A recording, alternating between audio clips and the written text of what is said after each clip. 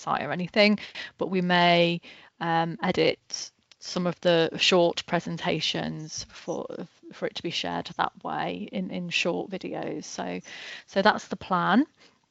So welcome everyone. I'm getting a lot of pop-ups coming up as people are joining, so I know that there's still things happening, but I think the main thing is that we have this opportunity to tell you a bit about the book that we've worked on. So the book title is Gender and Higher Education Management in Times of Crisis, and this was a collaborative project of the Women in Higher Education Management Network.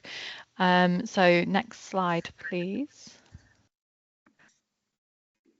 So the WEM network was established during 2006-07. Now, Kate and Barbara, who set up the network, so Kate White and Barbara Bagelhole, they first met in 2000 actually, and they started collaborating together on research. They were both interested in women in leadership within the higher education sector.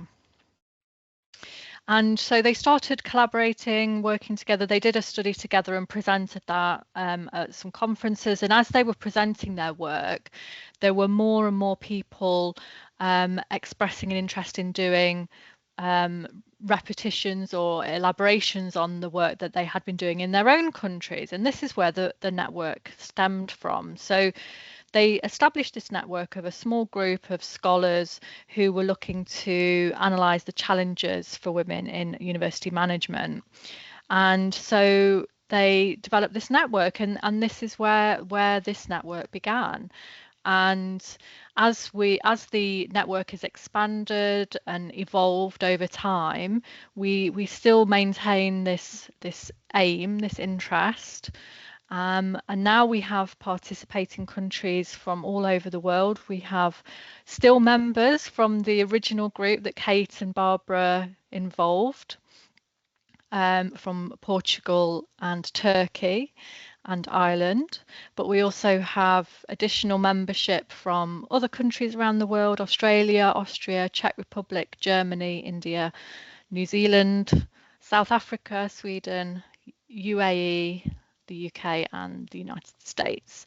So the real strength of the network is this international membership and international collaboration, and as we work on projects together, we really try to make the most of that cross-country comparison, and it's been a really effective and inspiring kind of situation for the members, and obviously it's intellectually interesting and hearing about what happens in all different countries, so we learn a lot from each other through that. So all the network members, so obviously each chapter that's going to be presented during the webinar today, they're are members of the network, and all members have reputation and publications within the gender and higher education field. So if you're interested in the kind of things you're hearing about during the webinar today, you might also like to, as well as checking out the book, go and look at some of our related publications, journal articles and book chapters. So the network over the last 20 odd years has been quite amazing really in terms of producing books, book chapters, articles and presentations. And we're currently, the network is co-directed with myself and Angela, who you'll hear from in a moment, who's going to talk about the framing of the book that you've come to hear about. And I think what we've tried to do is really build on what Kate and Barbara set out to do, which was to build a network that is a combination of scholarship and friendship. So we, as I said, we have this international collaborative element within it, and that gives us a lot of intellectual interest, but we also learn a lot from each other personally and professionally as well. So in preparation for today's webinar, I was looking at one of the books that Kate and Barbara actually edited, called Gender, Power and Management.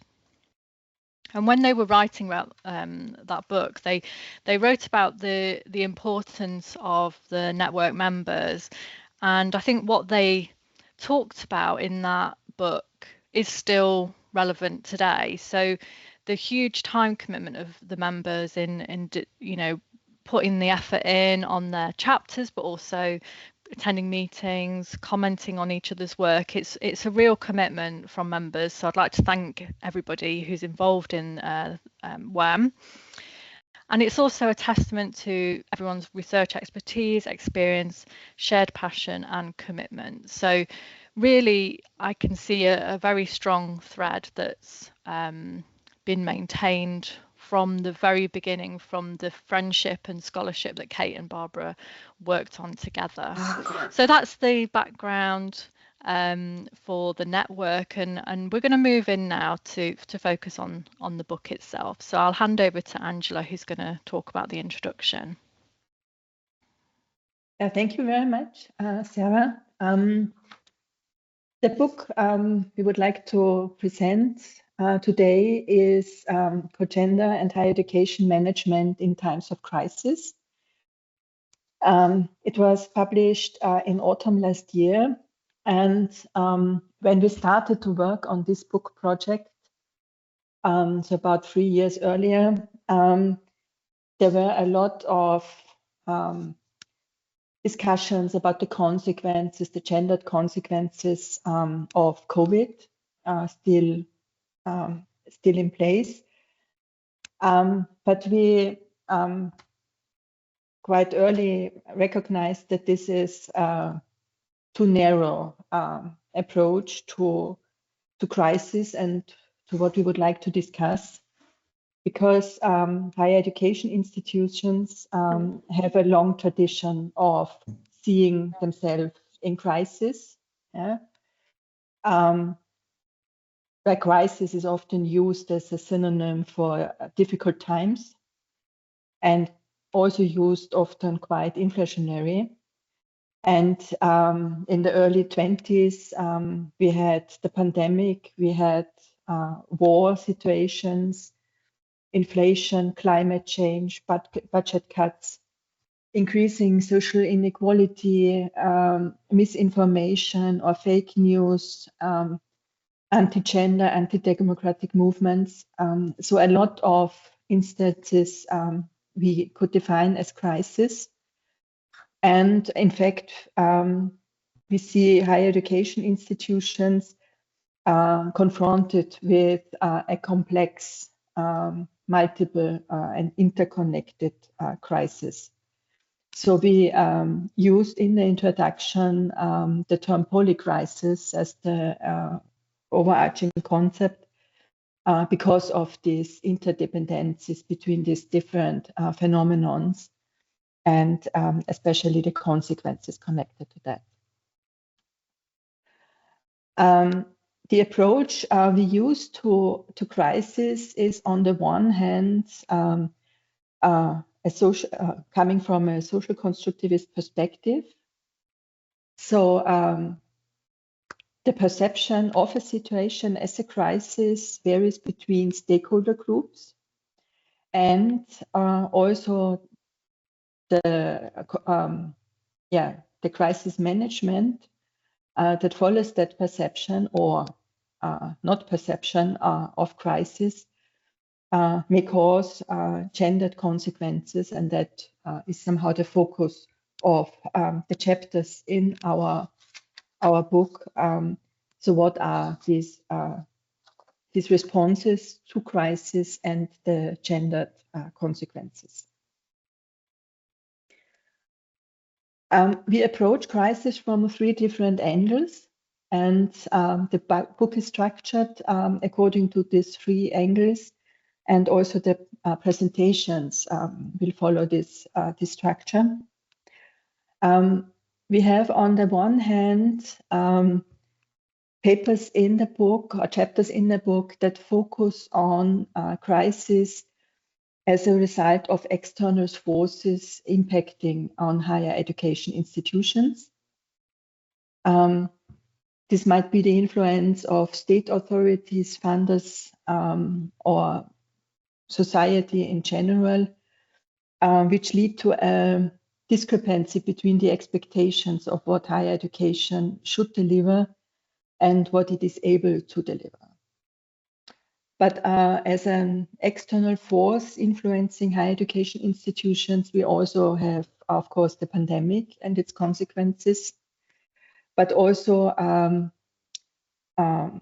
societal movements like the anti-gender movement, which is also somehow impacting from outside on higher education institutions.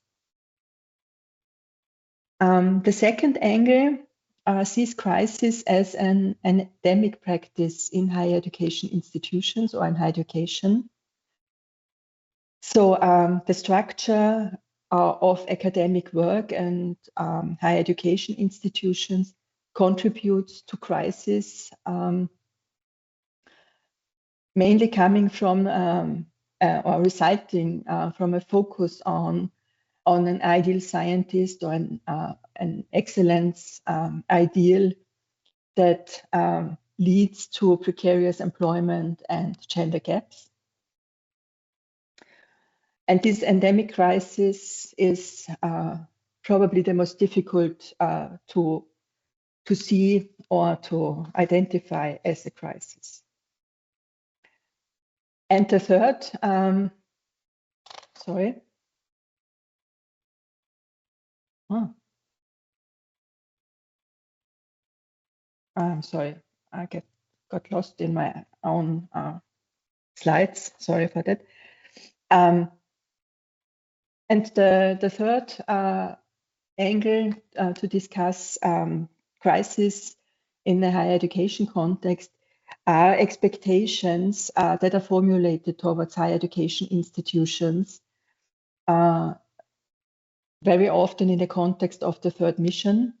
So what is expected from higher education institutions in times of crisis regarding the identification of crisis or the development of solutions, but also regarding the provision of expertise to a general public to explain very complex phenomena like crisis. And in addition to that, it is expected that higher education institutions contribute to future crises by the skills they provide their graduates with. And of course, higher education institutions should also act responsibly in times of crisis, so should not exacerbate an existing crisis like climate crisis, for instance. And as I said, the chapters in the book somehow address crisis from these three different angles. And we have a set of short presentations of some chapters in the book. And I would like to say some words about the chapters that are not presented, just to give you or to provide you with a complete picture of the book. So one chapter that is not presented today is the chapter by Helen Peterson, Through Change and Through Storm, Better and Stronger, Gendered Crisis Management Discourses in Swedish Academia. And here Helen analyzed blog posts of Swedish higher education managers and how they perceive crisis in these blogs and in the context of the pandemic, and which somehow perceptions and solutions are related to that. Also, Heather Lauber is not here today. Her chapter focuses on the intersections of gender and crisis, feminist critiques of neoliberal higher education management. And here she puts the focus on gender experts and gender equality or gender agents in higher education institutions and how they deal with the crisis they are confronted with in a neoliberal higher education institution. So how they find ways in dealing with the challenges they are confronted with. The paper by Marcela Linkova and colleagues focuses on ombudspersons established in Czech higher education institutions. So the paper is called Ombuds on a Glass Cliff, Addressing Gender-Based Violence in Czech Higher Education Institutions. And here she describes the challenges these ombudspersons are confronted with in dealing with gender-based violence in a context which is also characterized by very, let's say, not really high budgets and unclear positioning between management and higher education staff. Unfortunately, Anke Lipinski is also not here today due to illness. Her paper, Numbers or Norms, What Predicts Gender-Based Violence in Higher Education, asks or focuses on the correlation between the prevalence of gender-based violence in higher education institutions and the representation of women in higher education management. And her analysis somehow leads to the result that it's not the gender of higher education managers that makes a difference, but the extent to which essentialist views on gender are present among higher education management. And then Tanusha's paper, University Campus Sustainability as a Response to Climate Crisis. Is there a gender dimension? Focuses on the role of universities in India to combat climate crisis, and which measures and actions are taken by universities, and to which extent these measures have a gender dimension or are associated with a gender dimension. From all other chapters, you will get the brief input from one of the authors, and in the end, Sarah will come back to our conclusions we draw from the different perspectives and chapters. And with that, I would like to hand over to our first presenter, which is Anitra, presenting the Australian chapter. And we will have 3 presentations in a row, and then the possibility to ask questions and give comments. So please, Anitra, the floor is yours. Oh, thank you very much. I'm afraid I have a cold, so I sound a little bit not myself, but just pretend it's the Australian accent. All right, so I'm presenting The Slow Career Crisis for Women in Australian Regional Universities, Place, Travel and Agency. So our research team, comprised primarily of academic women from the Australian Regional University Network, we formed a group called Gender, Regionality and Inclusion in Teaching, or GRIT, as we like to call ourselves, to investigate inclusive practice and women's working conditions and career progression. So we focused on, excuse me, looking at our autoethnographic narratives about our career trajectories and agency in this particular research that we're reporting on in the chapter. So there's a specific focus on women working in regional universities, as regionality was perceived by the researchers as a compounding factor in the limitations, disadvantage experienced regarding career pathways. So we also agreed with the way that crisis was defined at the beginning of the book, as a challenging circumstance that could be jeopardized, jeopardize institutional objectives and generally necessitates an expedited response. We agreed with the first part, but then we also thought, hang on. There's, I guess, what Shaw and Blazek conceptualized as a slow crisis in higher education.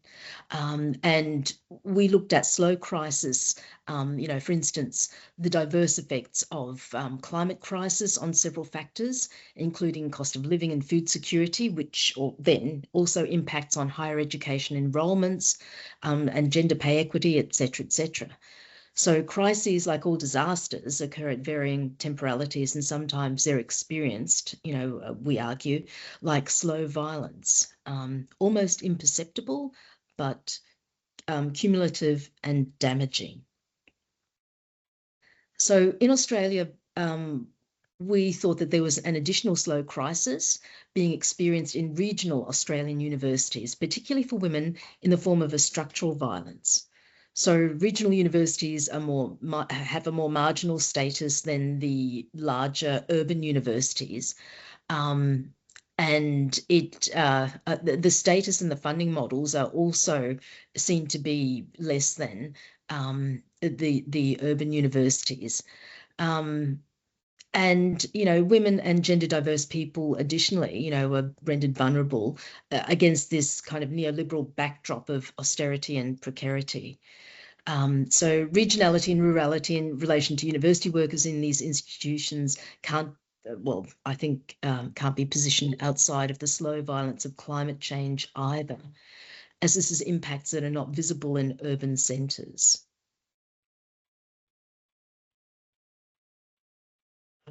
Sorry, I've lost your clock too. Okay.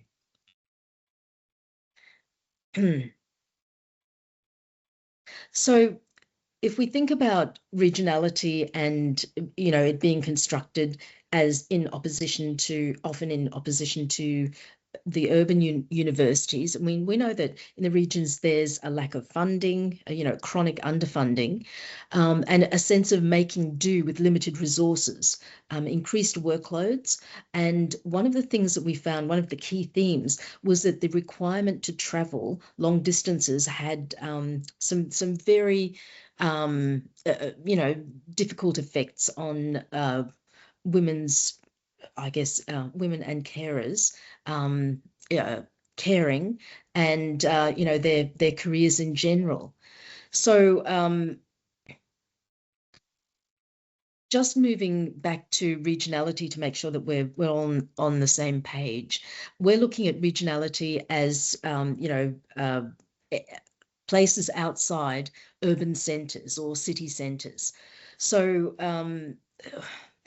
I guess we wanted to problematize that as well, because we didn't want to set up a dichotomy of regionality and urban spaces. However, we did want to point out that there are spaces outside the urban centres that including remote Aboriginal and Torres Strait Islander communities that are designated as regional and rural spaces. And in these spaces, approximately 40% of Australia's population live and generate about 1/3 of the country's economic output. So, the regions are important. The RUN universities, the regional university network, have all developed a principle of providing accessible education for all and had common origins as regional universities with their main campuses outside major centres.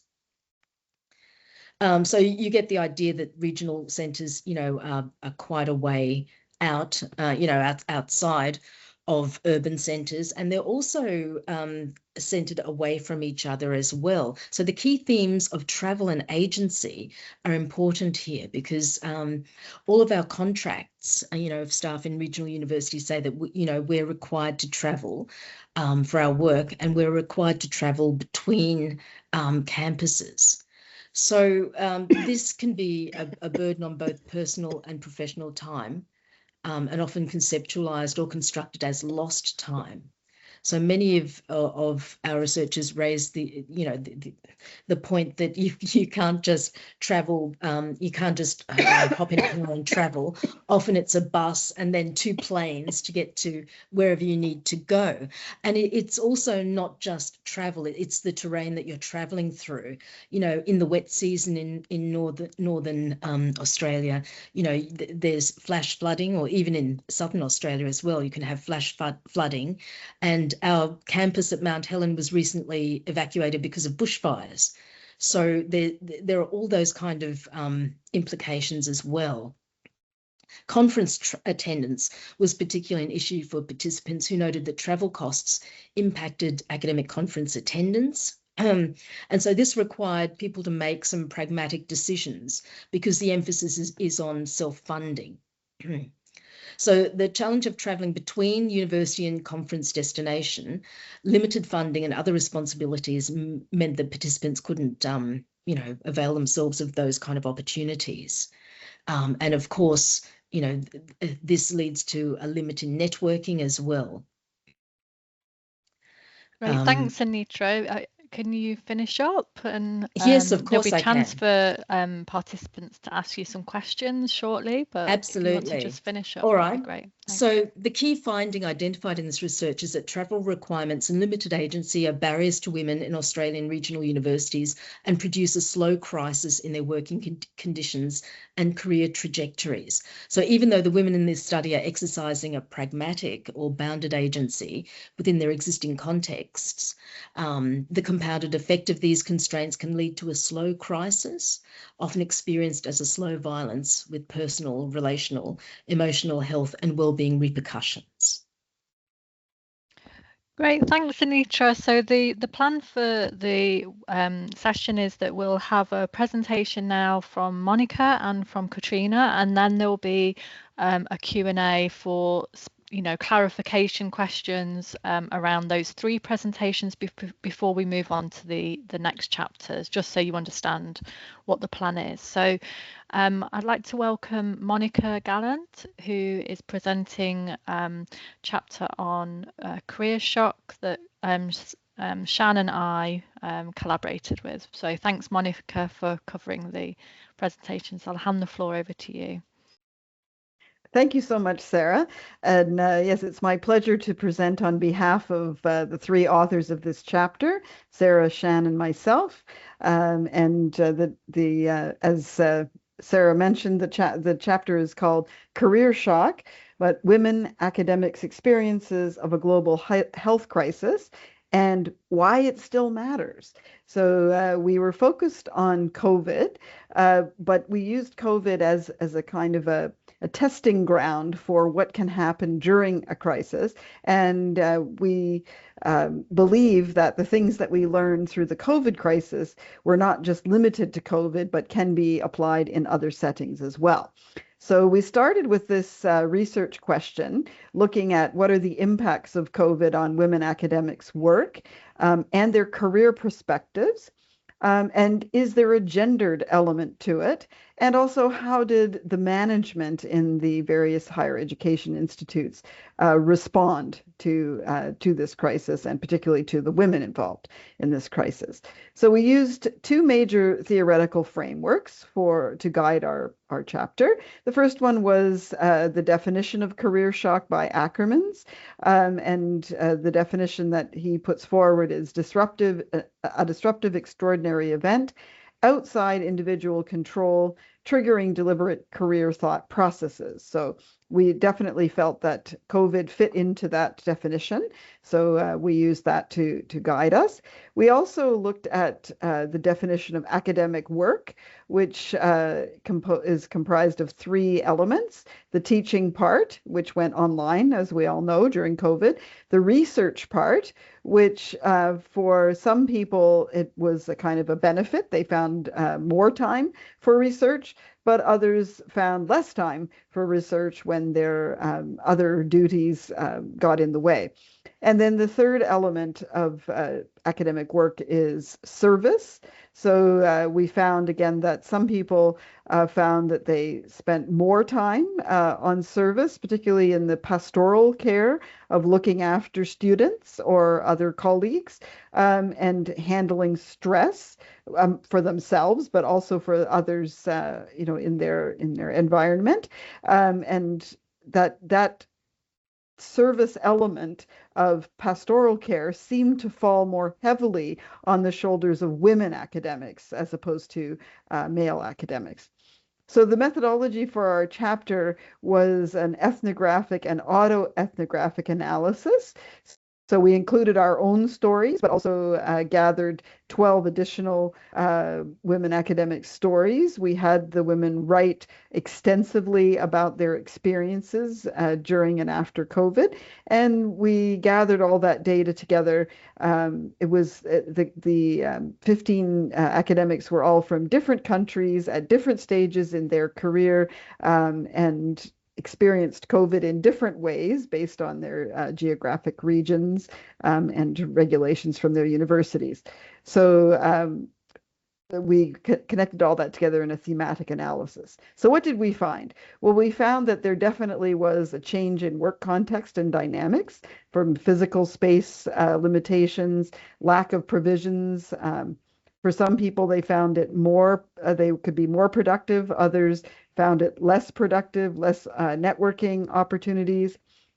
It triggered a lot of the participants to rethink the meaning of career. For some people, they wanted to maybe move out of an academic career. Others found that there was some benefit in terms of personal growth, taking on additional different duties. We found that for almost everyone, they felt that from the approach from management was just get on with it and do it. So kind of a business as usual sort of approach, which was rather interesting. There was definitely some career shock for different people, requiring them to think differently about their career. We found that there were mostly men in leadership positions, and that didn't change during COVID. It didn't get better, it didn't get worse, but certainly the men were sort of proposing traditional masculine standards for how they were dealing with the crisis. And it kind of exacerbated the disparities between men and women. Last slide, please. So why does this matter? So certainly we found that for most of the women in the study, they really felt that career was a source of internal satisfaction and personal growth. So it was really not about collecting the paycheck. It was much bigger than that. We noticed that there was a difference in timing between the acute phase, the recovery phase, and the long-term impact. So that was a very interesting dimension that we considered in the chapter.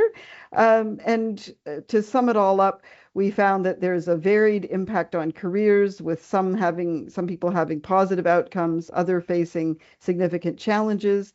There's a persistence in gender inequalities throughout, and this calls for a need for policies still addressing gender disparities, because they don't seem to have gone away, and definitely the importance of support systems that are needed during crises. So thank you very much for listening, and we'll be happy to answer questions after the next presentation. Great, thanks, Monica. That was great. And we're going to move on to the next presentation, which is going to be talked through by Katrina. And I'll hand over the floor to you, Katrina. Thank you so much. I'm setting my alarm clock. So our chapter is incorporating gender now into the very response that institutions did during crisis. And in our chapter, we make a main claim, and that is that gender equality structures can become crisis infrastructure, but only when they are politically and institutionally embedded. And we show this using one case study, and that's the United States National Science Foundation Advanced Program. That's a 24-year-old national initiative that has funded structural change equity programs in universities and had similar ambitions and served as a model for the structural change programs in the European Union and in the Athena Swan projects in the UK that you might be familiar with. So before I want to make this point of contrast, let me acknowledge our team and the financial support by the National Science Foundation. Next slide, please. Remember back in 2020, universities in the US faced overlapping crises, not just COVID, where universities built testing centers, etc. on campus, but also racial justice protests and increasing political polarization. So research that we've already heard about showed that women, especially women of color and caregivers, were disproportionately affected. So the question was not whether inequality increased, but when do gender equality structures shape crisis governance, and when are they sidelined? So would institutions recognize inequalities as structural and do something about these? And now here's our contrast. We found that on some campuses, advanced teams that had received funding from the National Science Foundation to build this kind of gender equality infrastructure on their campus. They were composed of top leaders, also STEM professors, change agents, postdoc staff, etc. When some of those advanced teams had built ongoing faculty data, they had direct relationships with provosts and presidents, and they had established credibility. And so when the crisis hit, the leadership asked them, what do we need to do about faculty issues? And what will this do to tenure? And what will this do to evaluation in general? So these teams produced COVID impact statements. They got tenure clock adjustments and were pushing, for example, for more holistic review processes. So in these institutions, what we found is that gender equity actors were inside the crisis governance. Gender was visible, and the leadership in universities really recognized that. On the other hand, on other campuses, and this was especially in politically conservative environments, where the leaders then described that they faced a lot of administrative resistance, there were fears of lawsuits, there was public backlash, and there were warnings that the change agents got to keep quiet. So in those contexts, crisis did not open opportunities. It increased risk. So gender equity was not integrated into crisis responses, not because the inequality was absent, but because the political environment constrained institutional action. And so let me return to the broader claim here, and you can go for the next slide. Crises unsettled routines, but they do not erase power. They reveal which institutional actors have authority, legitimacy, and political backing. And in this sense, they can amplify existing institutional and political structures. That is what determines then whether equity advances or retreats.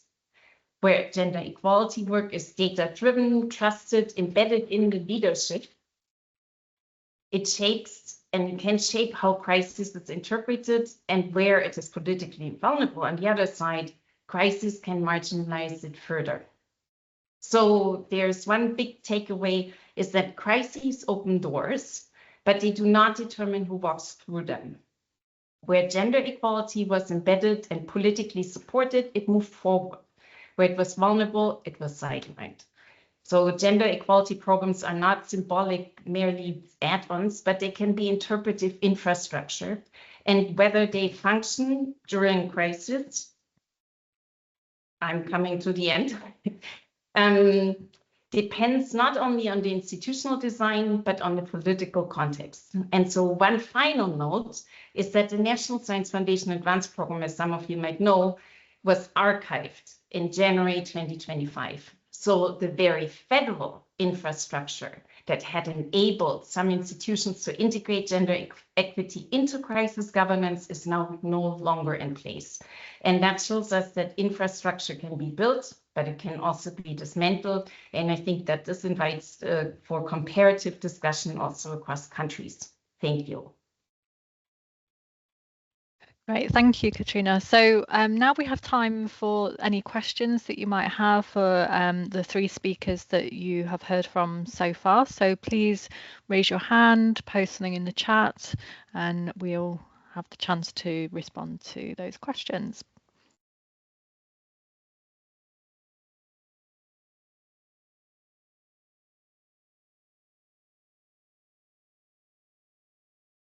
Okay, well, I have a question for Katrina then. I was thinking as you were talking about, obviously, the upheaval in the States and how things have developed. And I guess that my thought is the door now shut? You talked about the crisis being an open door, perhaps, for integration of gender equality in dealing with crisis, but in the States now, do you see the door as kind of more or less shut for people working in that space? That's a really important question, but really difficult to answer for the moment because the dynamics are it's such a dynamic process that there was just a recent court ruling that DEI, diversity, equity, and inclusion, is actually legal and should be able to, universities should continue to do that. But how this lawsuit now applies to which universities in which context, that's sort of the very uneven picture at this point. And so what we've seen so far is that the universities have, the ones who wanted to continue doing DEI work have been doing it, but they go underground or they relabel, they rename the offices, etc. Those who are in a political situation where they can't afford it because of the immense economic and political pressure from the state, from the federal government, from other state actors, they have been shutting them down. They've been so in that way we are in a very dynamic process, and it's really hard to predict what's going on. But there are some doors that have been shutting, but I'm hoping that there will be a development that actually promotes positive DEI actions that have not been called, for example, DEI work. Like skill training, like mentoring programs, etc. But that could be relabeled and continue actually with this kind of idea of universal design that can actually prevail. So what do we say? I'm thinking about half empty. Great, thanks, Katrina. So I think we're. Thank you. Okay. So there's a question in the chat. Yusuf Khan.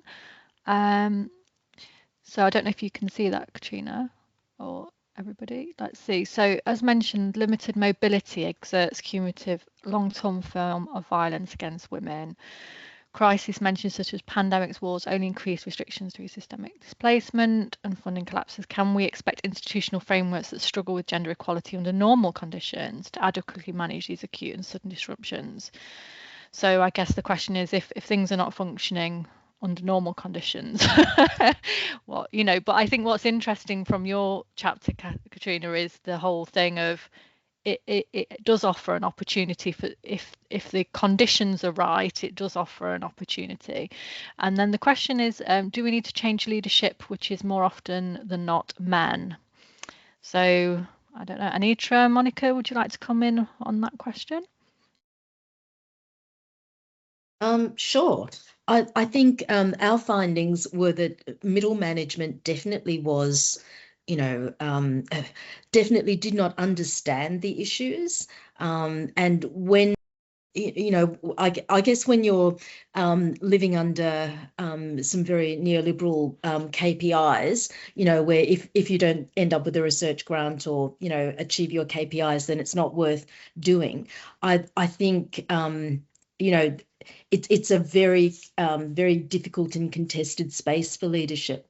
I'd be thinking, that it would be really wonderful to have someone like Katrina come in and help us with our training, we'd fly you over, Katrina. It'd be wonderful, because what I see, what I see is well-meaning people putting together training packages and going, yes, we've ticked off gender equity, tick, fantastic, great, don't have to look at that. And, I've been looking recently at our policies, our gender equity policies, and also our family violence policy too. And they're actually, when you read them, they're actually good. Our universities have good policies. However, if I were to turn around and say to my manager, what is a reasonable adjustment for someone who's just disclosed they're in a situation of family violence, they'd go, well, they can have a bit of leave, but make sure they get their work done. So I think that, the policy, the training is also heteronormative as well. We're all straight white people. So I think training, but, mindful training, training that's aware, is really useful and is important. And I guess building that culture around leadership where they understand the implications, of what they're doing. Leave is not there just so that people can do their work after hours. Anyway, end of rant. I've been thinking about this a lot. Thanks, Anitra. Monica, did you want to come in very briefly, or shall we? I can just add a quick thought here about the metrics that we use to choose leaders. I mean, training is great, but ultimately we, have to go through a competitive process to become a leader. And often the metrics that are selected are more focused on things like research, which may be a gendered thing. I mean, it can be that men may be able to research more, and the service element, which is often again falls to women to do the service aspect of their job role, is not always recognized to the same level. So better have an A-star paper rather than spend a whole lot of time counseling students, for example. So trying to have a better understanding of what are the key metrics that are required to move into a leadership role, I think is something important. Yeah, and there's also like discussions around things like being able to manage people as well, a radical idea. So Angela, I'll pass over to you because we're moving on to part 2 of the book now. So I'll hand over to Angela. Yeah, thank you very much. I open the presentation again. And we have again 3 papers presented, and then a Q&A session on these 3 papers. So I hand over to Teresa, who is presenting joint work with Pat O'Connor. So please, Teresa, the floor is yours. Yes, thank you very much, Angela, and good morning to everyone. So I'm presenting this chapter also on behalf of Pat O'Connor, who is also here with us. And this chapter mainly looks at precarity in higher education and asks a specific question. Why is it often not treated as a crisis, even when it affects a large part of academic staff? So the work compares Ireland and Portugal and argues that precarity is not just an employment issue, it is also a matter of how institutions define, frame, and normalize it. So going to the second slide, we start by reflecting on academic precarity as structural and not marginal in higher education. Precarity here means insecurity and unpredictability in academic work, especially is included or is present in temporary fixed-term or orally paid roles with limited protection and career prospects. And this is actually linked to border policy changes, especially neoliberal reforms and new public management influences. In the two countries discussed in this chapter, the proportions are significant, around 37% in Ireland and about 45% in Portugal are in non-permanent academic or research roles. However, actually, there are different forms of precarity, and there is an extensive literature about this.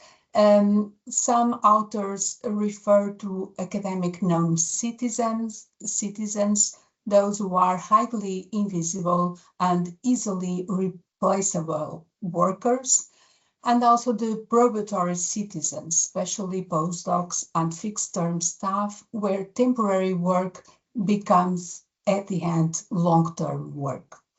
It is important to highlight that there is also a gender dimension in precarity, with unequal patterns of permanence and precarity between women and men, and in this case also between the two countries that we have analyzed. So if the scale is this large, why is it still not framed as a crisis? So we used the Carol-Bacci framework to try to answer this question, and we come to the conclusions that we have in slide 3. We identified 5 strategies that institutions and systems use to avoid recognizing precarity as a crisis. The first one is the statistical vagueness. So when we start comparing the two countries, we have come to the conclusions that there are different definitions of who counts as precarious, and this can actually exclude many workers from official data. That makes the problem at the end look smaller than it really is. A second strategy is the strategic obfuscation. Precarity is presented as something temporary and sometimes even as something positive, like flexibility or a specific, only a single career stage to advance, instead of being recognized as a structural condition.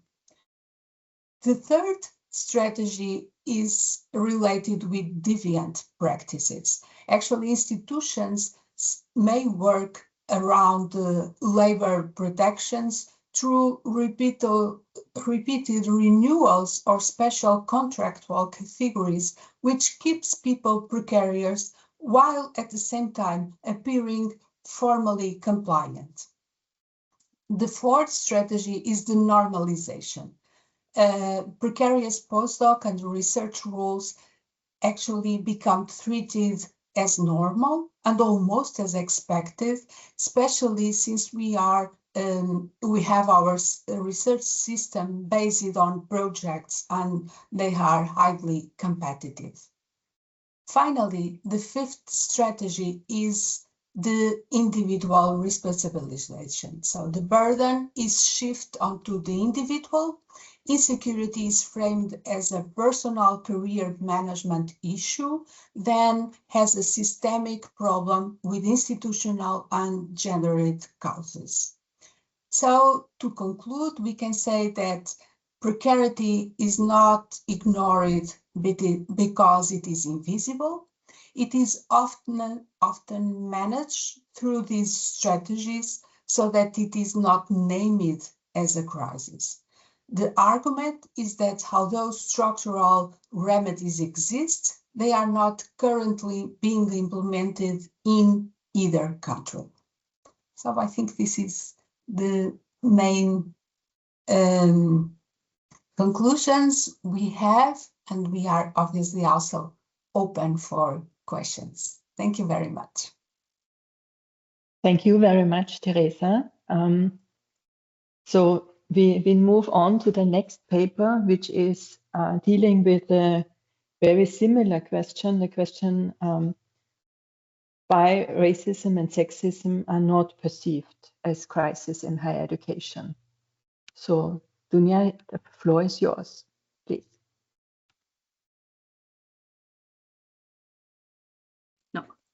Can you hear me now? Yep. Yes, perfect. Yeah, so hi everyone. So in this chapter, I have been looking at how racism and sexism is either defined as a crisis or a non-crisis in higher education. You can go to the next slide, please. Yes. So in this chapter, I have been looking at the work of Reutemann and Walby in particular, and I have been looking at how a crisis is actually a social construction. So here I have been looking at how a crisis does not simply exist, but they are actually named into existence. I'm sorry that I'm breathing so fast, but I had to run up the stairs because the cleaning help was making a lot of noise. So my apologies for that. But so what counts as a crisis in this case is actually that it is usually politically and institutionally mediated. And so we see that it is often a struggle between different stakeholders in society. So in this chapter, I've actually been looking at management in higher education. Why is that? Because management actually sets the agenda. And so they decide what is considered an urgency. They decide also what is a priority within the institution. And so obviously also at that level of the hierarchy, there is a persistent underrepresentation also of marginalized individuals. So think about women, think about racialized minorities. And so that can also often lead to very different understandings of what a crisis actually is, and so which kind of situation can be defined as a crisis. So the core question here is, how do higher education managers then enable or disable the identification, definition, and constitution of the persistent racism and sexism as a crisis? So I've conducted 20 interviews with higher education managers in Danish and Belgian higher education institutions. And I need to indicate also here that there was an overrepresentation of management in STEM disciplines, which obviously also can have an impact on how this is understood. And it has also been conducted in the aftermath of sexual harassment scandals, which obviously also created quite a different response when talking about racism and sexism. So I conducted CDA analysis, really looking into what kind of framing strategies are now actually being used to define racism and sexism as a crisis or a non-crisis. Yes. So the three framing strategies that I found and that were specifically defining racism and sexism as a non-crisis were threefold. So the first one is the meritocratic neoliberal justificatory frame. And so in this sense, management actually indicates that inequality is a normal outcome of a competitive merit system that academia is supposed to be. And so when there is underrepresentation of women or racialized minorities, then this is often the result of individual choice, of culture, especially for racialized minorities then, or the mere lack of capacity and skills as they would indicate. So in this sense, through this frame, inequality is not considered an institutional failure, but rather an individual deviation. Then second of all, the power deflection justificatory frame actually starts from the understanding that responsibility is actually somewhere else when it comes to these topics. So they indicated that as they are middle management, it's mostly top management that is dealing with these topics, and that they indeed are aware that the system is broken, as they would indicate, but that they can't really do anything about that. So managers really position themselves as constrained actors. Now, at the same time, this also often led to kind of deviating the conversation to other crises, so what they would define as a crisis, referring to neoliberal pressures, budget cuts, and therefore, as everyone is experiencing these kind of crises, it should be prioritized. So in this sense, inequality then is downgraded in urgency. And then the final frame is a time politics justificatory frame, as I call it, where inequality is considered as a legacy of the past. Equality here is, or racism and sexism here is considered as something that did happen in the institution, but is no longer taking place. So that they are moving towards an egalitarian and equal institution, and that this is kind of like an inevitable progress that is occurring. Now, that also means that any kind of EDI interventions or actions are kind of resisted because they indicate that it then goes too fast, or it's actually unnatural, as, you know, equality will happen anyways in the future. So in this frame, I call it a time politics justificatory frame because time is really used. In this case, delay is used as a strategy to not work or not allow any kind of anti-racism and anti-sexist work in the institution. Now, when does a crisis become a crisis? That's where we see the Me Too effect. So after several sexual harassment scandals had taken place within both Belgian and Danish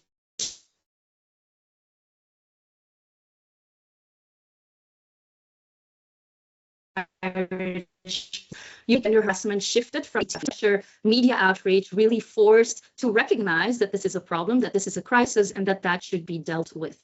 So this led to rapid policy changes where you actually see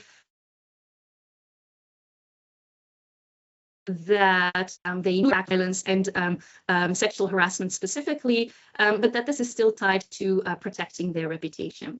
So the key takeaway here is that framing inequality as a non-crisis functions as a depoliticizing strategy to ensure that any kind of actual and effective DEI work is possible within the institution, and that therefore raises the question on how can we then include this kind of language of crisis to create an urgency to discussing topics of racism and sexism in higher education institutions. So that's my presentation. Thank you so much. Thank you very much.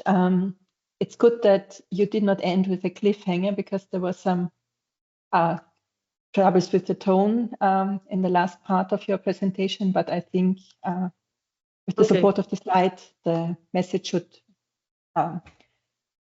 should be there. So probably there are questions afterwards. Perfect. Following up with that. So thank you very much. And with that, I hand over, to Özlem. Please, the floor is yours. Thank you, Angela. Good afternoon from Ankara University, Turkey, to everyone. My co-author, Dr. Gürgen, and I examined the situation of academic women in Turkish university. And our research focuses on the effect of COVID-19 pandemic on the especially perceptions of academic women on glass ceiling. Our findings provided a comparative analysis of how the perceptions of academic women changed or not before and after COVID-19 pandemic. I developed a survey, and we used that survey before and after the pandemic. The data of the first survey were collected in 2018, and the second survey was applied after COVID-19. For that reason, we used the same survey, same questionnaire, but we added some questions to see if the pandemic affected the perceptions of Turkish academic women on the glass ceiling. There are 77 academic women from various Turkish universities. And next slide, please, Angela. We had really very interesting data. The ratio of Turkish female professors is much higher than the European Union average, you can see from the slide. And we can see 47% of all academics in Turkey are women. However, despite the high representation of women in the professoriate in Turkey, we see that only 8% of the university rectors are women, and we see that women are underrepresented in senior management. According to our findings, 48% of the academic women believe being a woman is a specific disadvantage for management roles. And 55% of the academic women feel that they must work harder than male counterparts for the same recognition. Next slide, please, Angela. It's very interesting that respondents nearly 89% of the respondents stated that the pandemic do not change their perception of the glass ceiling. So there's a hidden trend we found. It's the rise of authoritarian tendencies in managers during crisis. And in conclusion, while the pandemic has not had a significant impact, we found that work-life balance, leadership challenges, and existing structural inequalities based on gender remain the critical areas. So implementation of affirmative action policies to improve the conditions of family work conciliation by developing the protection of women in workplace and by promoting a more involved fatherhood in the family is very important. We suggest the improvement of childcare facilities at the workplace, flexible working hours, and the enhancement of leave arrangements for academic women as a conclusion. Thank you very much. Thank you very much, Özlem. And with that, we concluded the second part of the presentation.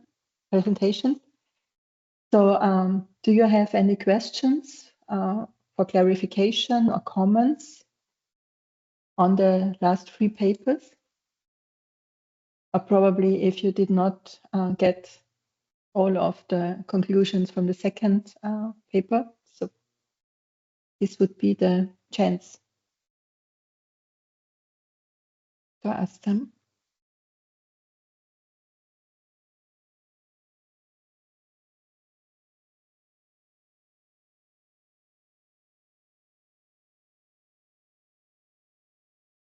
So if not, I mean, I have a comment to the first two chapters, which is linked to this, let's say, ignorance or non-perception of endemic crisis in higher education management. And in both chapters, you developed or you explained strategies of higher education management, how this non-perception, how to explain this non-perception. And even though the topics are very different, so precarious employment on the one hand and racism and sexism on the other hand, the strategies are very similar. And this somehow really leads to the question how to initiate change in that. Yeah. And I especially liked your comment, Dunya, that we need a crisis language in higher education institutions, to make the point clearer. And this is probably also something that gender equality experts should think about, how to change this language or the language related to this phenomenon. Yeah. Do you want me to respond first, or Maria, do you want to go ahead? Please go ahead. Yeah. So we indeed saw many similarities between the kind of strategies that are being used by academic managers, either when it comes to these kind of like precarity, but also to racism and sexism. And I mean, this all has to do, I believe, also with the kind of ideal academic that we have in mind. Know that this is what should be considered this long-term, stable academic that is often white and male, and that is considered the ideal academic in this sense. And so that's the standard that is being used also by academic managers on who they let through and who not, and also then when it comes to defining crisis. And so that's why also in the chapter I really talk about this language of crisis, which is not necessarily new, because this is kind of the language that is being used by social movements, but this happens often outside of academia. And I really believe that, especially when it comes to DEI work and anti-racist, anti-sexist work in academia, this language of crisis can really create a sense of urgency around these topics. The language that is used at the moment now, what Sarah Ahmed would call the language of diversity, is still quite soft when it comes to these topics, right? It's very friendly. It allows for some sense of, discussion about these topics, but it's not really to tackle the root of the problem. And I really believe that with this language of crisis, it would allow that more. And that's also what we've seen with the Me Too movement that has actually entered the institutions, really saying like, now the time's up. We really need to do something about sexual harassment, and that this has actually allowed to go much faster and respond to the problem more urgently than we are used to within these institutions. So yeah, I really do believe that this can work. Thank you very much. Reza? Yes, thank you, Angela, for an interesting question. Actually, our two chapters have many things in common, starting from this idea that the definition of crisis is mainly political.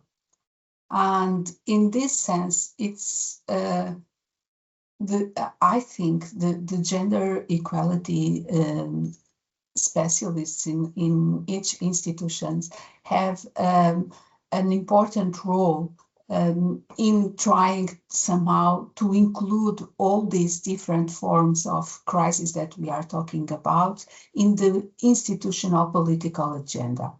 And our work is relevant in the way that we identify clearly these strategies. So if people start looking at these strategies, they can also start somehow developing mechanisms to overcome them. Like, for instance, when we say that there is a statistical vagueness and not all that is considered as precarious work is actually included in the official statistics. So maybe these agents can start looking at it and starting recognizing which is in, which is out, and how we can include everything somehow. So I think this is one of the main inputs of our chapter, but I don't know if Beth also wants to add something since she's with us. Maybe so. Yeah, thanks, Teresa. Thanks, Duania. Perhaps just one comment, and that is that Duania's linking of it to the university's reputation is, I think, an important link. That in a way, sexual harassment and gender-based violence has become linked to that reputation as a source of shame. Precarity hasn't. And that could be a very useful lever. Yeah. Thanks, Teresa. Thanks, Angela. Thank you.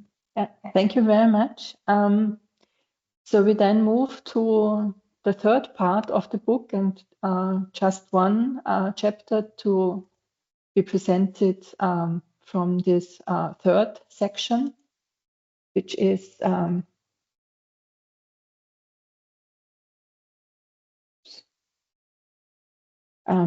my contribution.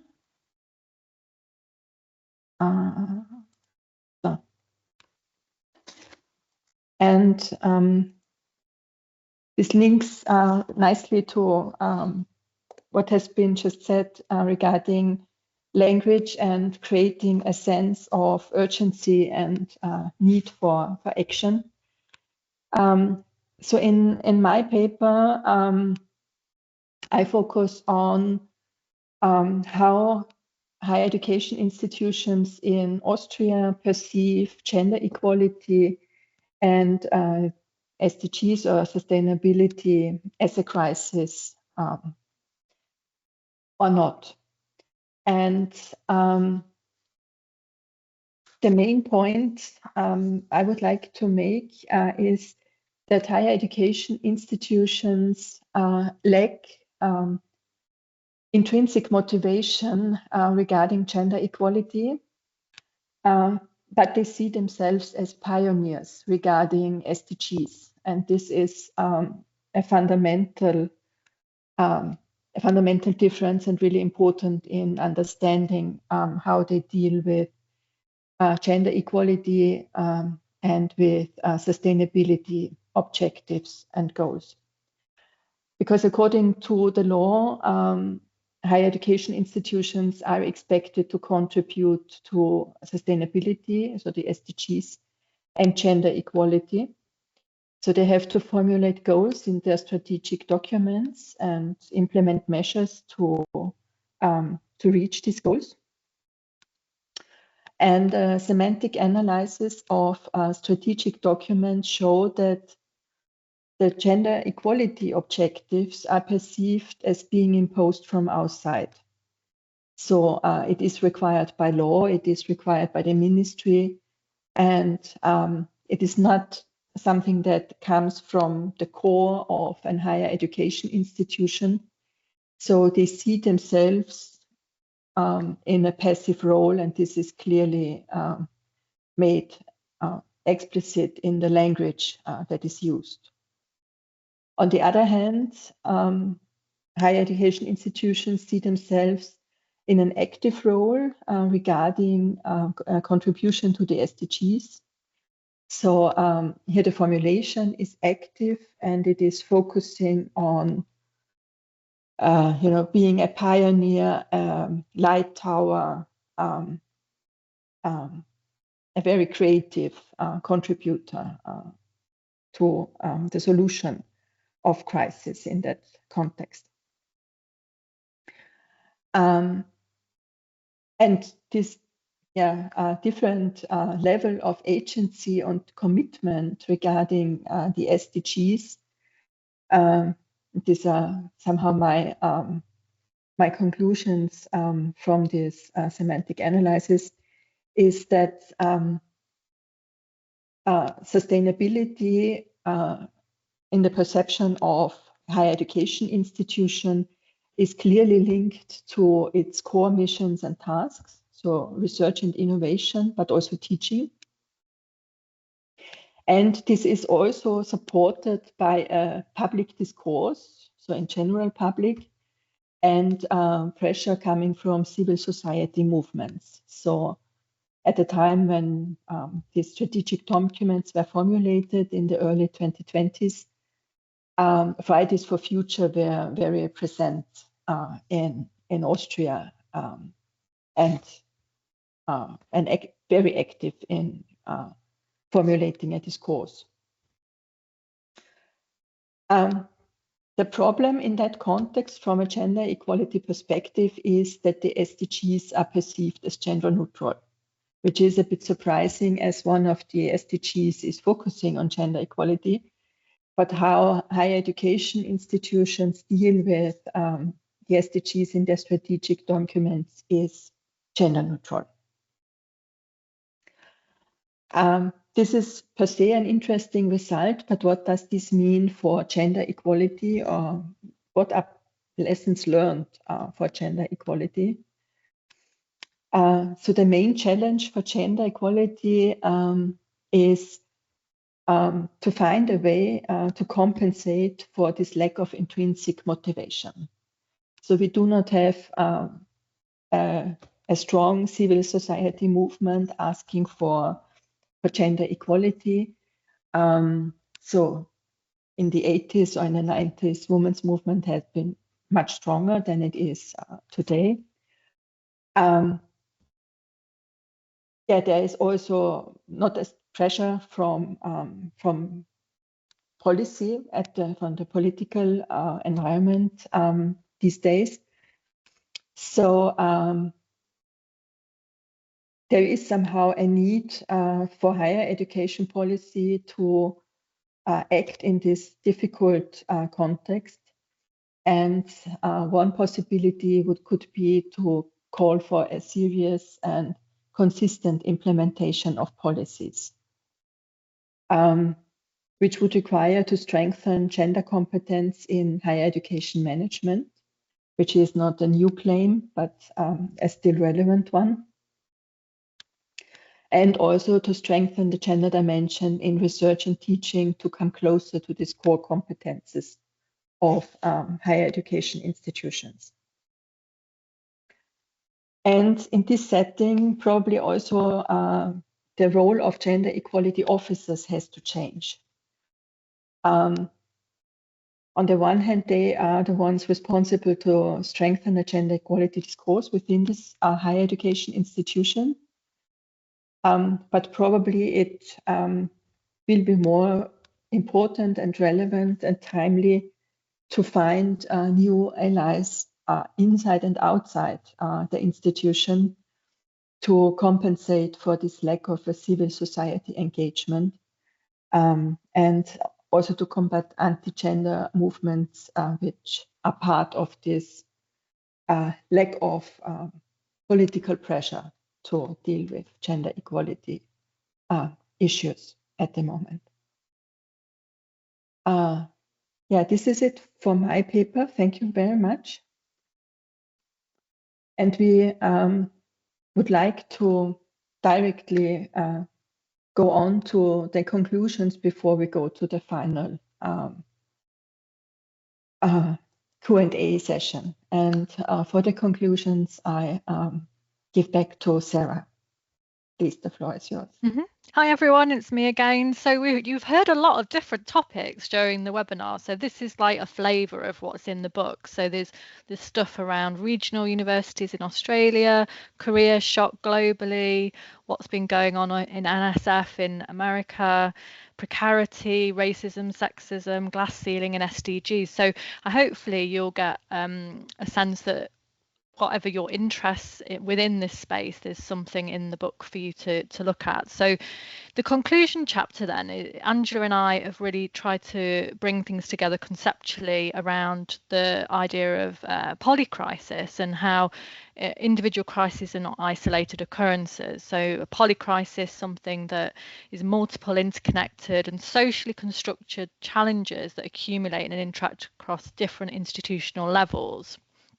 So by framing it in this way, we can see it brings our attention to all the different structural, cultural and political forces that are intersecting and produce a kind of complex compounding effects rather than kind of treating everything in a kind of singular way. And this demands then that we take a multi-layered analytical approach and think about it in a quite strategic fashion. And you can see some of those ideas coming through already in how people are describing their chapter findings. So understandably, our network, we're interested in higher education management. So we see from this analysis across the book that leadership play a pivotal role. And they do so by how they define and respond to crises as they occur. And by doing so, they're shaping institutional priorities, they're thinking about resource allocation and different communication strategies. So there's different ways of looking at what leaders do, but we can see that they do play a pivotal role. So there's this inclination then that we can see that certain crises, externally visible crises, such as regulatory or financial disruptions, are prioritised over endemic ones, such as racism, sexism, precarity, gender-based violence. And that kind of shows you how power within the sector treats and decides on what is considered a real crisis. So that this allows us to understand where the institutional blind spots are that perpetuate inequalities and how these are ingrained within the structures within the sector. So we see then that when management take on a gender blind approach, they're reinforcing existing inequalities within the sector rather than addressing them head on. So the contributions within the book then are highlighting how a gender perspective can give us an interesting angle to look at how institutions themselves learn, how they respond, how they make decisions, and how they weaken or kind of become less or more resilient in how they approach such events or crises as they're occurring. So we know that then that in a meaningful inclusion of gender expertise and kind of a more reflexive approach to crisis governance can actually strengthen the resilience of institutions. Not that you would think that from how they respond. So we finalised the book by really setting out this idea that institutions need courage. So institutional courage is a concept for essentially confronting the risks that all institutions are facing in this context of polycrisis. And institutional courage entails kind of dealing with what are the entrenched norms, acknowledging failures, thinking and committing to change, and not necessarily just reverting to business as usual, even when those changes might represent some kind of political or reputational risk. So there's that sense that institutions have a responsibility and they need courage to really step up to that. So that's how we conclude the book, and I hope you found these kind of snapshots of the chapters interesting, useful, and do look in the chat because there's a link in the chat to the book web page, but also hopefully you have access through your institutions, institutional libraries. If you don't have access, you can always request through your institution as well. So we're finishing up then, and the floor is open for any questions, comments, feedback, anything you would like to say. We are here to respond.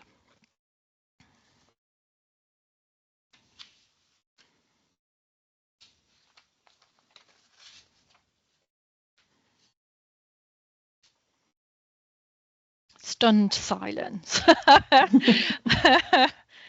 Well, you know, we've been really... Oh, Bridget, please do come in and ask a question.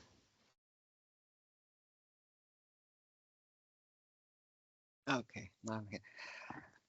First of all, thank you very much. I had some technical problems, so I missed the beginning, and then I had some interruptions. So I didn't get the whole story, just some ideas of what I can find in the book, which is quite amazing. And I think for me as a practitioner, it's interesting to think about this concept of a crisis. It's not something that is happening when COVID comes, but something that's permanently happening, and what it means to not like have a perception of crisis while there is a crisis, actually, a crisis of inequality in this case. So this is some very nice conceptual framework. And just one thought that came to my mind when who was speaking then? Angela, it was you actually. Because I'm working in the STEM field, so while I see that it's quite important to work on the workforce and on the career chances and so on, I consider it equally, if not more important, to work on the gender dimension in research and in the gender dimension in development of new technologies and innovations. And what we see here is that systematically, like if you go to conferences on specific research fields, you would very often find one session that is about something with gender and diversity. Usually it's always the same group that meets there, while all the other researchers of this field are not interested in these kind of discussions. So it's kind of parallel universe there.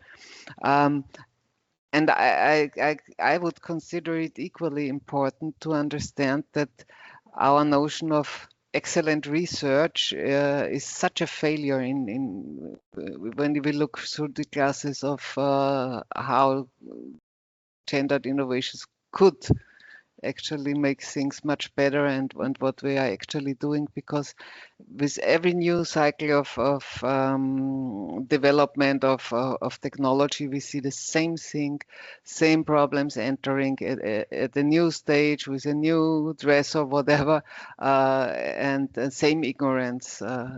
And I think that this is most probably closely linked, not only to this workforce problem. So who asks the question will also find what kind of problems are interesting and which ones are not. But maybe this even goes a bit deeper, and I couldn't actually tell you how deep and how exactly I would frame it. But this is just something that I'm now just thinking about in this idea of equality and inequality in higher education.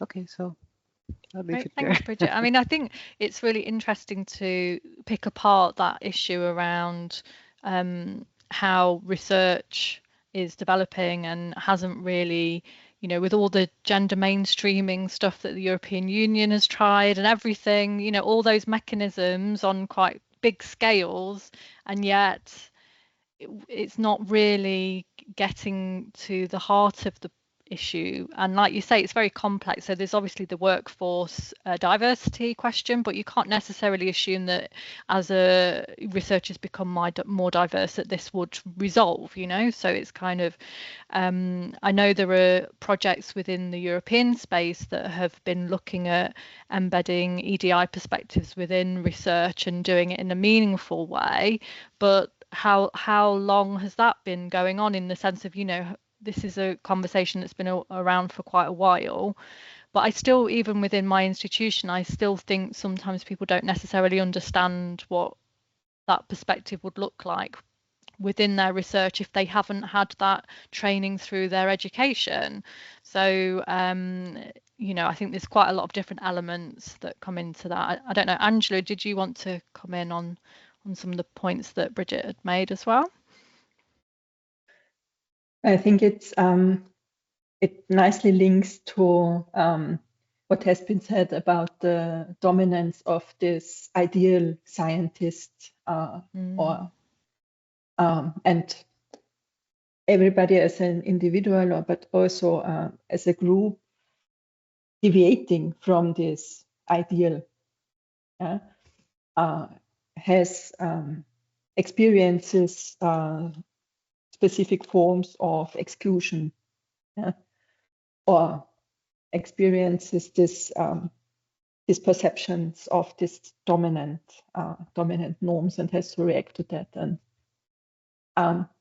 to change that is something that is probably the biggest challenge for all gender equality actors in the field.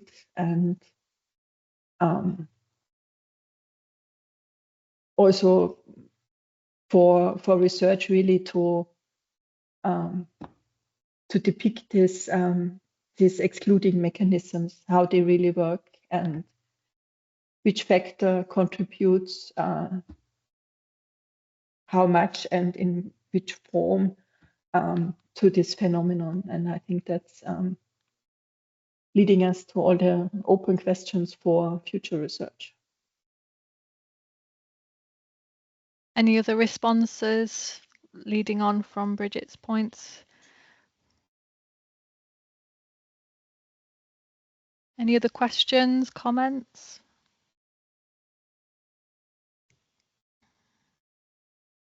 Okay, well, I think it's been a really interesting session. I've really enjoyed hearing about the chapters again. I mean, I obviously read them quite a few times. You know, it's just really nice to see them all together in this way and have the chance to talk about all our work within the network, and all the people that have joined the session over lunch today. Thank you for joining. Thank you for listening. If you want to get in touch, do drop us a line or read the book. And, you know, we would really value any feedback that you have. We're working on new projects together. So the network is has received a Swedish networking grant. So over the next 2 or 3 years, we're going to be meeting regularly to collaborate on our next book project. So you haven't heard the last of us, you know, so watch this space. But yeah, thank you so much for joining, and have a good day, everybody.